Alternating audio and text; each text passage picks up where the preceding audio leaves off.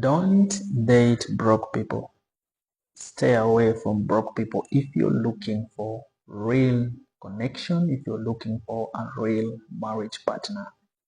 If you're looking for love, you won't find it from broke people. I'm telling you this. In fact, now, let me first explain to you what I mean by broke, because I just want to make sure we're on the same page. I know what some of you are thinking right now. Should I date when I'm rich? But what about you who is talking? Do you have money? Are you rich? Let me first clarify. Now, the opposite of not broke is not rich.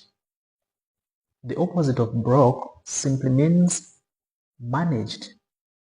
Now, a broke person is a person who cannot afford their existence, who cannot survive on their own. They cannot afford to feed themselves. They cannot afford to transport themselves. They cannot afford to house themselves. They cannot afford to clothe themselves. That is a broke person.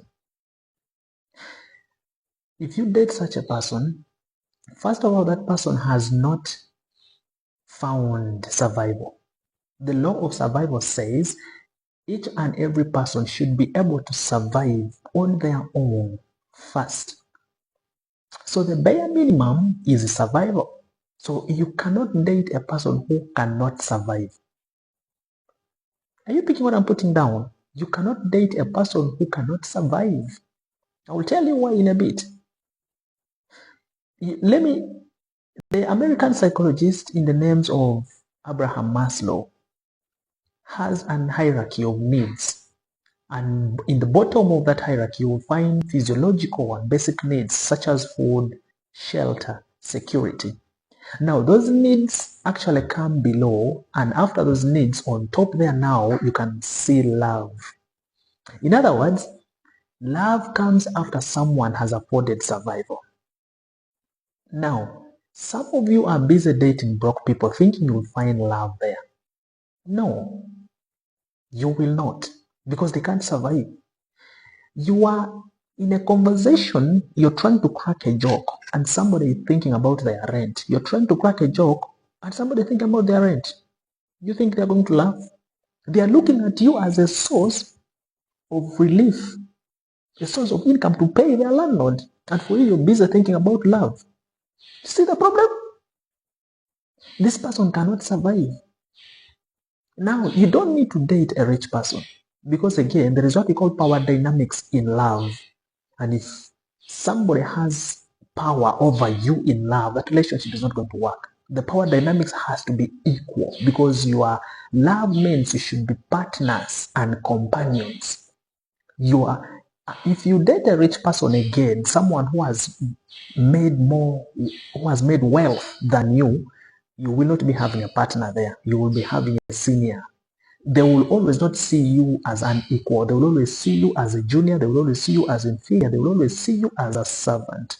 It's the truth, because the power dynamics they have shifted. And it's like they did you a favor by accepting you in their lives. That is why you shouldn't date such a person.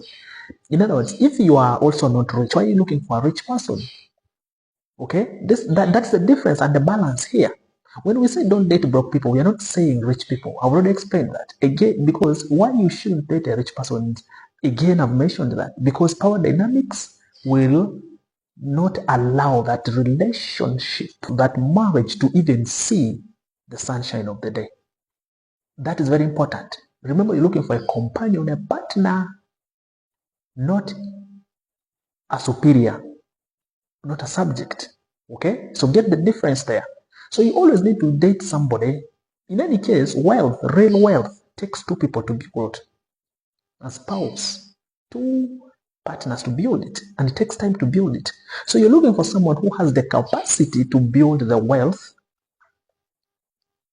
which means the prerequisite first, they should have already afforded their survival. They should be able to afford their lives before they can take you in, before you can join them to do life together, to build wealth together, to build a family empire together. Okay?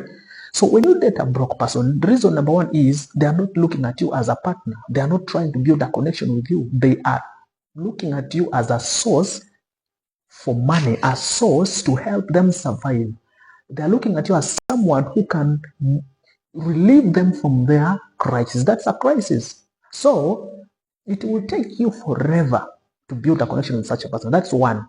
Number two, when you date such a person, you don't know their character. You can't read their character. Why? Because they will have to put their best foot forward in order to lure you in to help them survive. You can't know their character. When someone is broke, when someone is struggling, looking for money for feeding, looking for money for rent, they can't show you their true colors.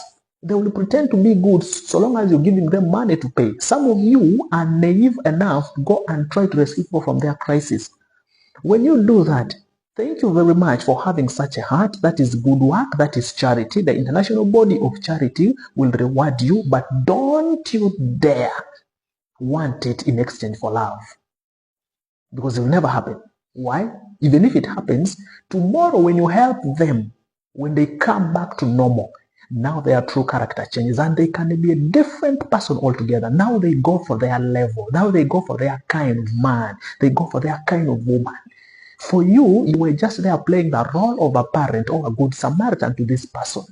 That is why I pity men who go back to college or to the university to get a girl who is desperate, who can't pay her fees, and then they think they are going to exchange that favor of paying her tuition for love, for marriage.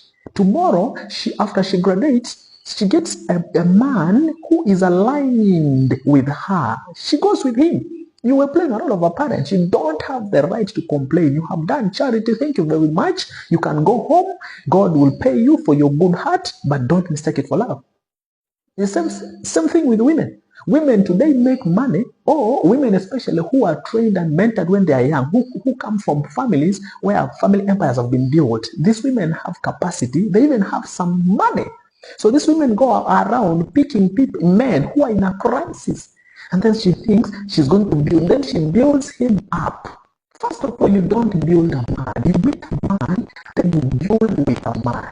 The difference. You don't build a man, you build with a man. So that when a marriage goes south, you can be able to use the same skills, same knowledge, same networks, and the same financial circles to establish what you have established together. So you don't date somebody who is broke. Remember, broke means someone cannot afford survival. Someone should be able to survive. Someone should be on their feet. That's when you can see their true character. That's when they can be open for love. Maslow's hierarchy of needs again shows you that physiological and basic needs are at the bottom of the pyramid. Then love comes in the middle, and then you have self-actualization. In other words, someone can be like looking for love when they can't even survive. It's a blatant lie. Don't you fall for it. Otherwise, if you want to mess up, it's your problem. Now, if you are the one broke, shame upon you. You're broke. Your pockets are empty. And you can afford to use the one. You don't want to like.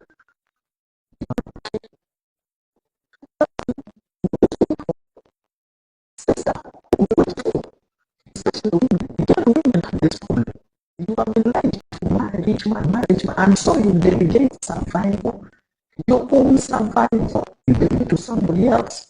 Remember, when you give somebody the power to feed you, you have also given them the power to serve you. In other words, if that person keeps off from your life just for a moment, you're finished. So, woman, before you look for love, first afford your life, be able to pay your rent, be able to feed yourself, be able to dress yourself. Now go and demand, set the bar and go and ask for love. If someone takes you to a restaurant and they're trying to corner you and they're trying to throw us, excuse me,